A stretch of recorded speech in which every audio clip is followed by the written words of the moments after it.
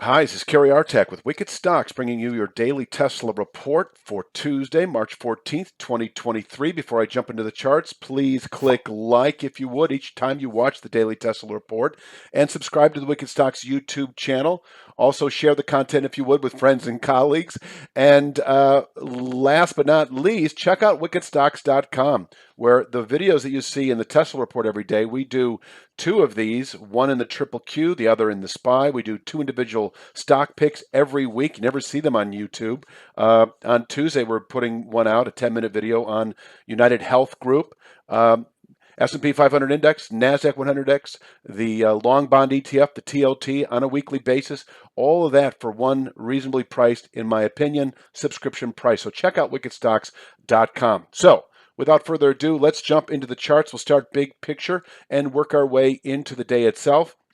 Back in early January, we tested this long-term support that following the test of that, we are anticipating this former channel support as possibly being able to contain monthly buying pressures, and we could fall off from there. That didn't happen. Positive earnings about 7-8 weeks ago set off a buy signal back above this structure, then indicating 241.08 as a 2 to 3 month target. We are 1, 2, 3, 4, 5, 6, 7, 8. We are 2 months into that 2 to 3 month buy signal. Can we reach 241.08 over the next month, say by the end of April? You know, I think this chart has a lot to say about that. Let me jump to this one actually. We did test the rising 2/3 speed line on Monday. Today's at 166.29. We came off of it nicely, even closed higher on the day after forming a new pullback low following the February high. That is oftentimes a sign of an oversold market. I don't want to be too presumptuous here, though. Let me take a look at this one here. This is the descending 1/3 speed line, the new descending 1/3 speed line that is based in part on Monday's low. And so 179.57 will have a lot to say about whether this market is oversold. If we close above 179.57, I see a good low for the week. And over the next 3 to 5 days, we should push up into this meaningful range of resistance that is presently between 198.58 and 202.21. As you recall, it was the settlement a couple of weeks ago below the 202.21 rising channel bottom that then indicated this rising 2/3 speed line that is at 166.29.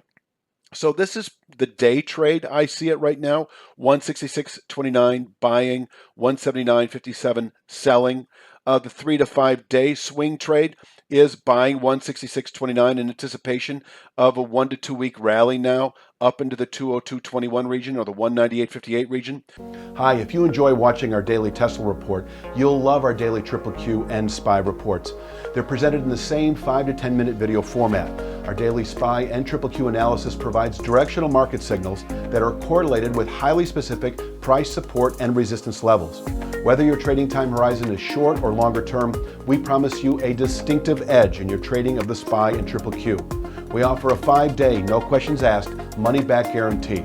So go to wickedstocks.com right now and start receiving your daily SPY and daily Triple Q reports today.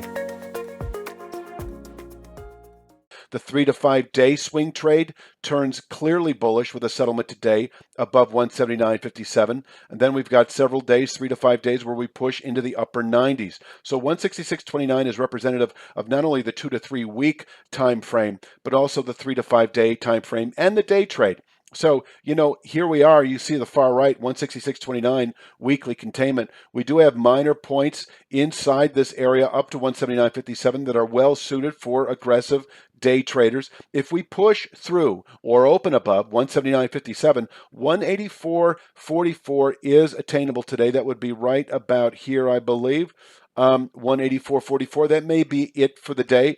And if we close today above 179.57, 189.79 I think is likely tomorrow. That's more like up here. And over the next 3 to 5 days or less, as I say, 198.58. Now, this is a range right now. As we move through time, 198.58 I'm going to give the higher value to. Right now, it's a range to sell into. But I'll say that, let's say that a few days from now, as this wedge begins to open up and we approach it, 198.58 will retain 3-star weekly resistance area, and I may lighten up on 202.21 because, on an intraday basis, 202.21 may well contain daily buying pressures. But if we were to merely settle above this descending two-thirds speed line at 198.58, it would indicate a rally into the 220s again, or not again. We got to 217 and change about a month ago. We rallied to within a hair of this 221 and a quarter long-term Fibonacci level, which I can show here on this chart, this daily chart. This is the A is the November 21 all-time high against B, the January low. 3/8 back up is 221 and a quarter. And so here we are. I do remember mentioning as we approach 221 and a quarter, it just might contain longer term buying pressures. I wish in hindsight I was a little bit more aggressive with that thought, but here we are. So we have tested the speed line at 166.29. And so now the emphasis is looking upward. 198.58 likely by the end of next week or sooner. That sooner would come with a settlement today above 179.57, and then we're just days away, 2 to 3 maybe days away. By the end of the week, 198.58, able to contain weekly buying pressures. We could fall off from 198.58 back to the 166.29 speed line and fill this wedge out for the next better part of a week or two. And then once again, closing above 198.58, we have the green arrow showing up to 221 and a quarter. So the question I asked is that 240 or be in the 230s pretty soon in reach by the end of April? And my answer is yes, if especially over the next, say, week or so, 2 at the most, we can close above 198.58. I don't know why I'm clinging to the time horizon on that. It really doesn't matter. We still hold out for this long-term resistance area as a 2 to 3 month objective. It's just that we may fall into this zone first, 147.50 to 155.61, before presumably then turning back up to 241.08 over the following 2 to 3 months. So it may be start over on that time horizon, and that would come into play with a settlement today. Actually, with the present volatility, merely breaking 166.29 today will allow 160.75. 160.75, I believe we do have illustrated, and that is this descending channel bottom. So that could be the slippage factor on an intraday basis below 166.29, 160.75 in reach. And then here, this is a great example of the resistance. 179.57 is also correlating with the descending channel top. So this is a pretty meaningful upward pivot point. If you didn't get long here today, and I'm not judging that, I'm just saying if you didn't get long here because of the volatility, understandable, so forth and so on, and you're sort of wanting to get long in this zone, your next cue on that would be a settlement above 179.57. And then once again, we've got ourselves like a 3 to 5 day rally at the most into the upper 190s. But continuing with the downside, if we do close today below 166.29, then the channel structure here, 148.24 to 156.64, would be in reach this week. And this still has respect in its ability to contain selling not only at a monthly, but even a quarterly basis. We can come off of here nicely. It also, by the way, 148.24 as it drops through time, is increasingly correlated with a downside 5/8 Fibonacci from the January low to the February high. So that is also a meaningful level, and you can see that, you can see that there in the lower right-hand corner. All kinds of 4-star support there, about 10 points wide.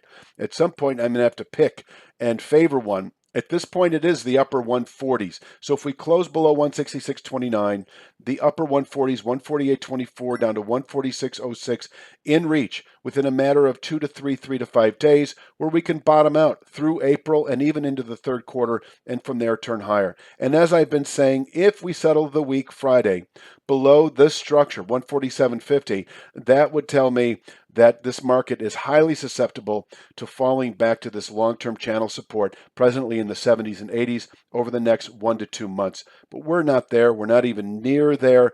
We tested meaningful support on Monday, and if we close above 179.57, we don't look back, in my opinion, through the rest of the week, and maybe even into April trade.